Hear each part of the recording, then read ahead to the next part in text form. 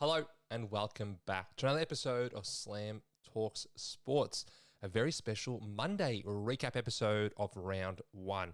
Now, I said I would do an episode every Friday previewing the round ahead, and I will. I am a man of my word. But today I thought, why not do a recap episode of what was a massive round one? And we'll keep it tight. Not going to be a 40-minute pod or a 40-minute YouTube show. No, we're going to keep it nice and tight and tidy and go an express pace through all 9 games that were just in round one. And let's start all the way back at Thursday night football. Now, I did touch on it in the preview show, but Richmond won in what was one of the biggest upsets probably of the last decade. I was thinking, what else is in that stratosphere? I know Essendon defeated Melbourne in 2016 when they had a bunch of top-up players and no one thought they'd win a game. I know that Gold Coast defeated Port Adelaide all the way back in 2011. The likes of Josh Toy were playing and they overturned the odds against a Port Adelaide side that was really struggling at the time. So probably not the same caliber of upset. But yes, Richmond in what was a stirring victory, guided by the likes of Jack Ross, Sam Lawler, even Nick Vlaston. They got the job, they got the chockies, they got the rewards against Carlton. And I know everyone's just going about, Carlton, same old story. Don't have the same defensive stocks. They're a one-wood. Their one-wood is the contest game. They kick it long to Charlie and kick long to Harry. And that isn't working. They've got no plan B. And I understand that. But Charlie Curnow should come back this weekend. He should come back on Thursday night, actually. That covers over a lot of the cracks with this Carlton team. I think we can't judge them properly until we see a month's worth of football. The issue is they play Collingwood, they play Hawthorn. They've got some tough games in the first round, in the first 5 weeks, sorry. They play the Doggies as well. A couple of these teams are banged up, well, not at full strength, but realistically, Carlton need to get off to a strong start in order to build a premiership foundation. And that looks like having to beat Hawthorn on Thursday night at the MCG. I can't wait to unpack that one and preview it as well on Friday morning. Just on the Richmond side of things, tremendous result. Probably going to lose a lot of games this year. But I was thinking, the likes of Rioli, Graham, Baker, Hal, even Bolton, they went great last year, apart from Rioli, who won their best and fairest.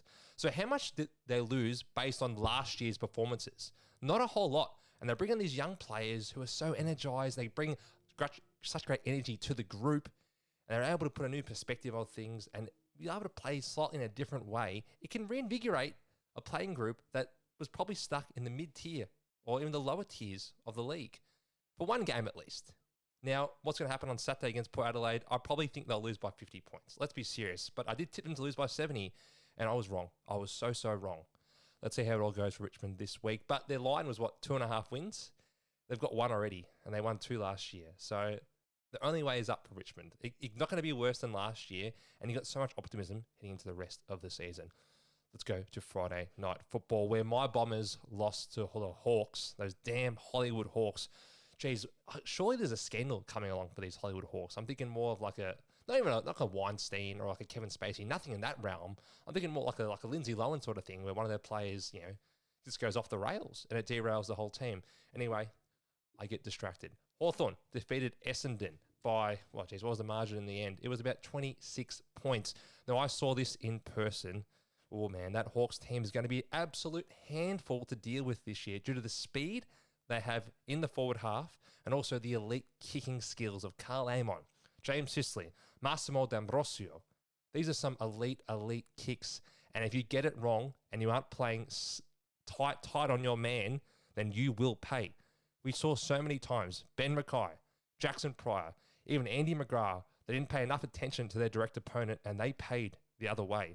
Hawthorn set up this game.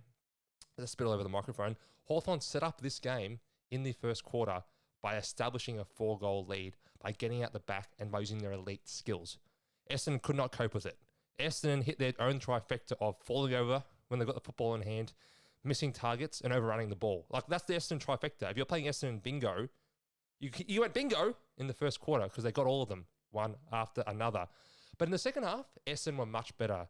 They smashed them in contested possessions. They smashed them in centre clearances. I think they probably won the clearances by about 30 to 40 in the end. They had more tackles inside 50. They had more inside 50s. Essendon didn't play poorly in the second half. They probably played a lot better than Hawthorn in the third and fourth quarters, but unfortunately the damage was already done. I think Hawthorn are going to go very close to winning the flag this year, and I think Essendon will struggle to play finals football. That is just the reality. But based on expectations, did Essendon somehow pass expectations of what was thought was going to happen in round one against an elite Hollywood Hawks side? They did. And we move on to round two. Hawks, you look bloody good. Saturday afternoon football. Geelong dismantled the Fremantle Football Club in a game that didn't really pan out the way I thought. I thought it'd be, back and forth, to and fro. They'd be going blow for 3 quarters and maybe the Cats eke it out. Instead, Geelong dropped a sledgehammer and a super kick on Fremantle's face in the first half, and they went up by 10 goals. Is that right? It was 10 goals they led by before Fremantle had a spirited comeback led by first gamer Murphy Reid. Murphy Reid, who I faded in Supercoach, he kicked 4 goals in the space of about 6 minutes. He was on negative 10 ranking points before that, and he lit that game alight. But the problem was for Freo is that their midfield, which is their strongest part of their team, Jackson, Sarong, Brayshaw, they got smashed. They got smashed by Max Holmes and by particularly Bailey Smith, who was, in my opinion, the best player for the entire round. He had so many disposals, so many, I'll have to look it up right now. They're in front of me. There were 32 of them and a goal and 693 metres gained for Baz Alenka in what could be the recruit of the year. What do they give up for him? Pick 17. Seems like way unders now when you look back at it. But yes, but Geelong looked so fast, particularly in their forward half. Stengel, Dempsey, even Jeremy Cameron going back with the flight of the ball. They're so hard to stop on that ground when things are flowing their way. We didn't expect a 70-point win, but geez, the Cats look strong and they're going to be an absolute handful to deal with at home. Freo, they go back home now to Perth and play the Sydney Swans in the last game of round 2 in what could be the best game of round 2. One I'll certainly be tuning in for because I've got so many Supercoach players that are currently underperforming that I will need to pull the whip on. We move forward to Twilight Saturday 4:40 where Brisbane took down the Sydney Swans. Now, the Swans actually led early in this game by about 5 goals before Brisbane, they just wrestled, they strangled the game back on their terms through Dane Zorko. And of course, my man, Slam Dunkley, Mr. Josh Dunkley, he should be at the Bombers. He was tremendous in this game. I think rankings points-wise in Supercoach, he broke champion data. I think they had a power outage for about 2.5 hours. No, sorry, that was at the MCG later that night. We'll get to that in a second. Dane Zorko had 40 Supercoach points, and Josh Dunkley had 173 Supercoach points. These players were dominant and electric. And the question must be asked with Sydney is, are they getting it wrong at selection, or are they getting it wrong match day? Tom McCartan is not a forward. I don't think he ever will be. He's one of the best key defenders in the AFL, and he played full forward, and his only goal was from the goal line. Put him back. I know David King's saying it. I know Kane Corns is saying it. You know what? They're right. Tom McCann has no business being in the forward half. He's one of the best lockdown backs in the league. Send him back. Figure it out in the forward half with somebody else. The other one I'm questioning is James Jordan with a full-on tag of Lachie Neale. Now, Dean Cox will say it worked. And you know what? It probably did. James Jordan himself had 19 disposals. Lachie Neale had 10. His lowest output in a game in well over a decade. This isn't the Lachie Neale we know. That was an imposter version of Lachie Neale. That was Bizarro Neale. You know that episode of Seinfeld where he dates the girl and she looks great in one light and horrible in the other? Well, this was just the one day of the year that Lachie Neale looked like trash. He looked like he hadn't done his makeup. His clothes were all tattered and raggedy. He smelled like shit. And what happened? He had the worst game I've ever seen from him in Supercoach, 41 points.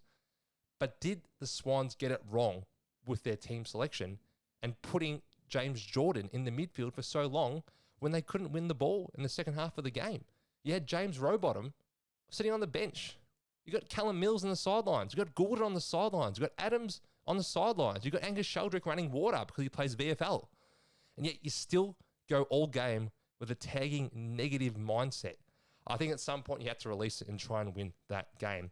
Now for the Swans, they're 0-2 and they head over to Perth to take on Freo, who are going to be determined to avenge that terrible result in Geelong.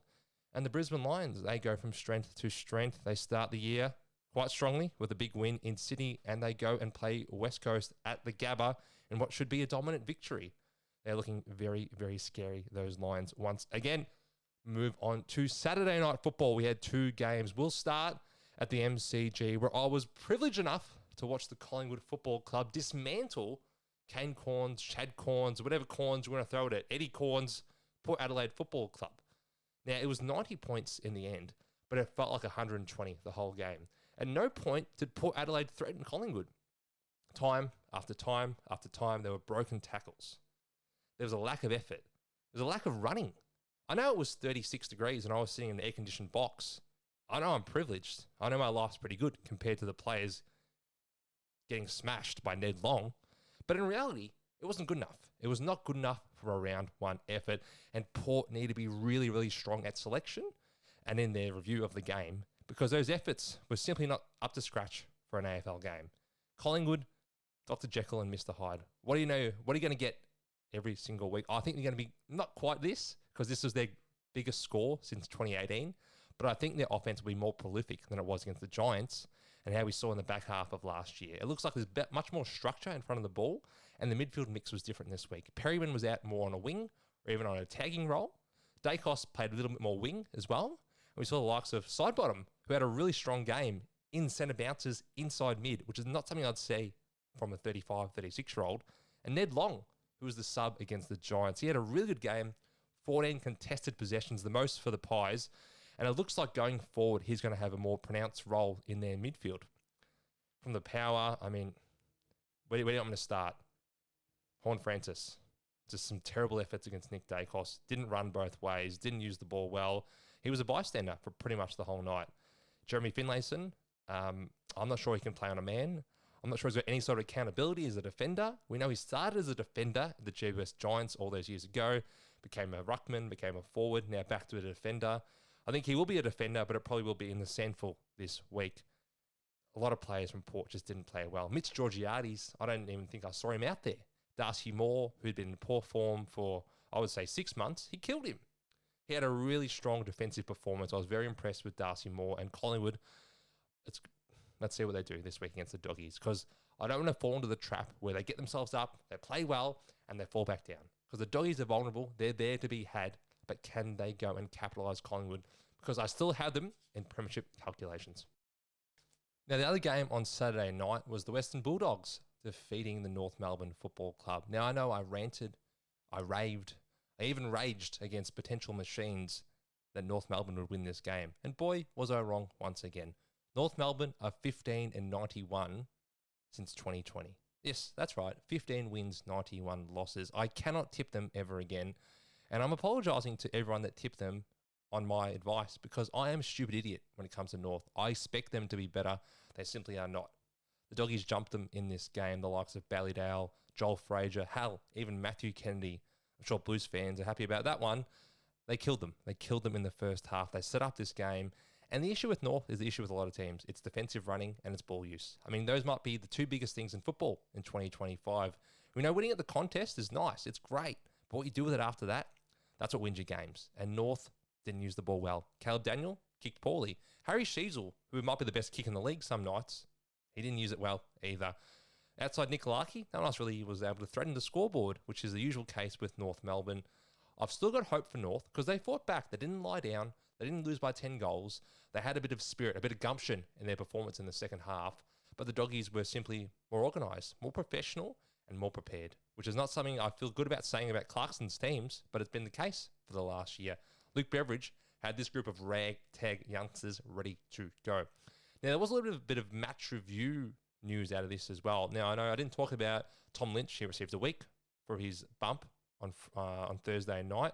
I didn't talk about Justin McInerney, who received 3 weeks for his bump on Saturday afternoon. But I will talk about Jackson Archer receiving 3 games for his collision with Luke Cleary on Saturday night. I'm of the view that Archer had no other choice.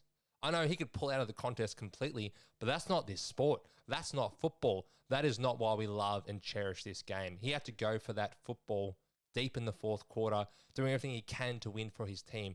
Unfortunately, his knee went through the head of Luke Cleary, which is terrible to see, terrible concussion. I mean, no, everyone's hoping he's going to be fine and be able to play again this season. But I don't think Archer had any other reasonable alternative. I mean, the contact, it wasn't high. He didn't bump him. He wasn't trying to take him out. It was just a collision. It was a footballing act, in my view. And I hope he gets off. But I'm not one to say someone should or shouldn't get off. Let's just see how it all plays out. North, you're going to be okay. But the issue is you don't have your pick this year. So you need to be a lot better than what you showed on Saturday night. And the Doggies, well, they've got about 6 weeks to figure it out. Bont, Treloar, maybe Waitman, Johannesson, Liam Jones. They're probably 6 weeks away, if not more. They need to figure it out for the first 6 and stay in the race, or their year will come down early.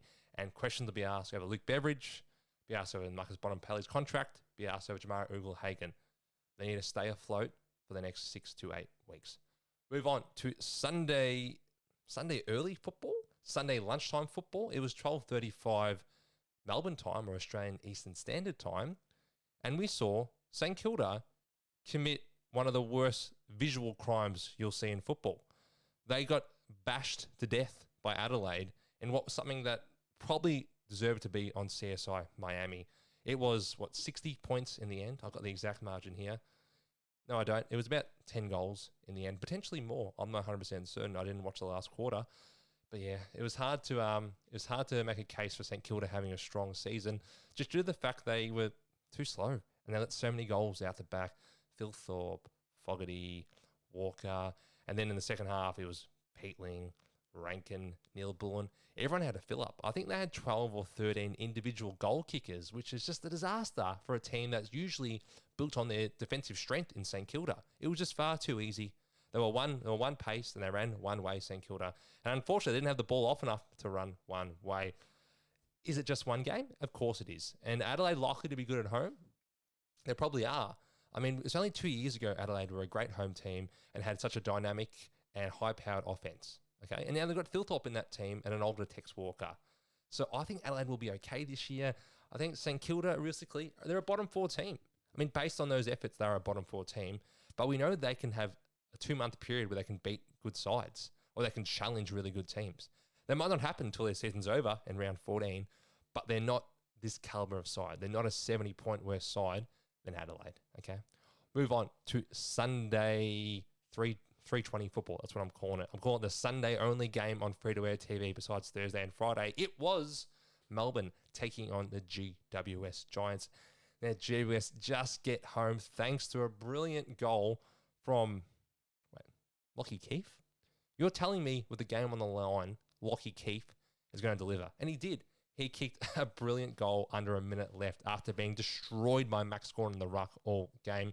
Now, the question I got to ask is, how did Melbourne allow those goals? They allowed 2 end-to-end goals to end the game. I mean, come on. This defense, which has been so strong, usually holds up in these scenarios. But the issue was, Stephen May didn't play. Stephen May has a larynx injury. What are the chances of 2 stars on your team suffering larynx injuries in the space of 6 months? Max Gawn suffered one in preseason, and Stephen May suffered one on the eve of round 1.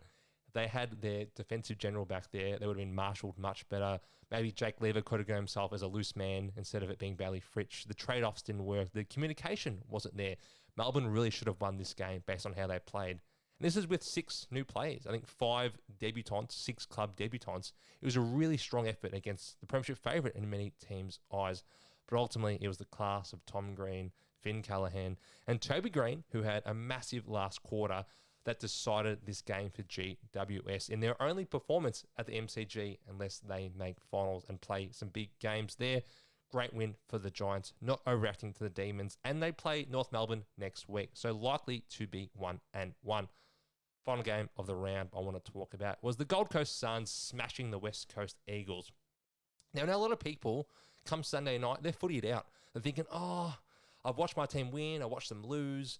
I don't really need to watch West Coast lose by 70 points. And you would be right. And that's what happened this weekend. West Coast were absolutely abysmal. Harley Reid had sub-15 touches. Jack Hutchinson had sub-15 touches, but we'll talk about that on the gambling show later in the week. It was a disaster for the Eagles. They just looked so far off the pace. And Gold Coast, to their credit, they brought their one wood out. Their contested midfield game, Rao, Anderson, Tuke Miller, hell, even Bailey Humphrey, they all had strong games in this one. And what they did is they won at the contest every single time and kicked it long to the King. Yes, the King stood up and had his bow. I think he had his bow 6 or 7 times. It was a tremendously dominant performance from Ben King, but I must say he had 10 metres on his opponent every time and the ball was hitting him on the chest. There's not much the West Coast Eagles defenders could do when the midfield was that weak. What do we expect from both these sides going forward? Well, Gold Coast finally got that monkey off the back, which was winning away. And now I know they did it early in the year against a bad team, but this is the standard. This is the new threshold, the new benchmark. You need to go out and beat the teams that you are around the level of, are worse than, or they're worse than you, away. You need to do this consistently. I know they have the bye this week, and they play at home after that, but let's see them consistently go away, beat bad teams, come to Melbourne, win some games there. West Coast, it's going to be a long year, unfortunately. Now, the speculation about Harley Reid every single week, it's not healthy. It doesn't help anyone. Just let the kid play. Let him figure it out. He's a 20-something gamer. He doesn't need to constantly be questioned about where his allegiances lie, where he sees his future. Okay, he didn't have a good game this week, but let him build into the season. And if he ultimately wants to leave, then we'll deal with it at the time. The other thing I didn't talk about, this is just going back to Saturday Night Football. I think it's the biggest story right now. It is Ken Hinkley. What are we doing? He lost by 90 points. Absolutely embarrassing. Port's worst loss, I think, in nearly a decade. Probably in the Ken Hinkley era, it is their worst loss. At what point does the noise become too much and too distracting for this playing group? Do you think Port can win the flag this year? I'd ask 100 people, and I think 90 would say no. So then what purpose does it have to have this succession plan in place?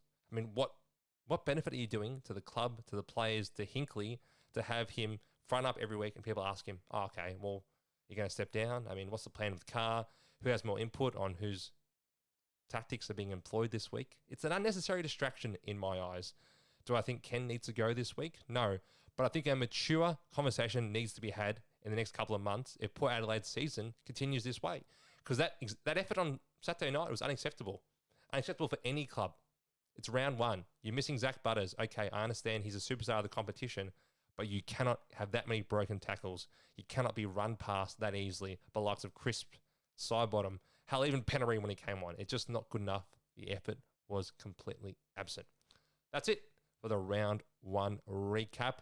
I will talk about Supercoach and some gambling tips later in the week, and we will have the massive round two preview coming out on Friday. I'll see you all then. I'll be talking sports. This is Slam. Love ya. Enjoy your week.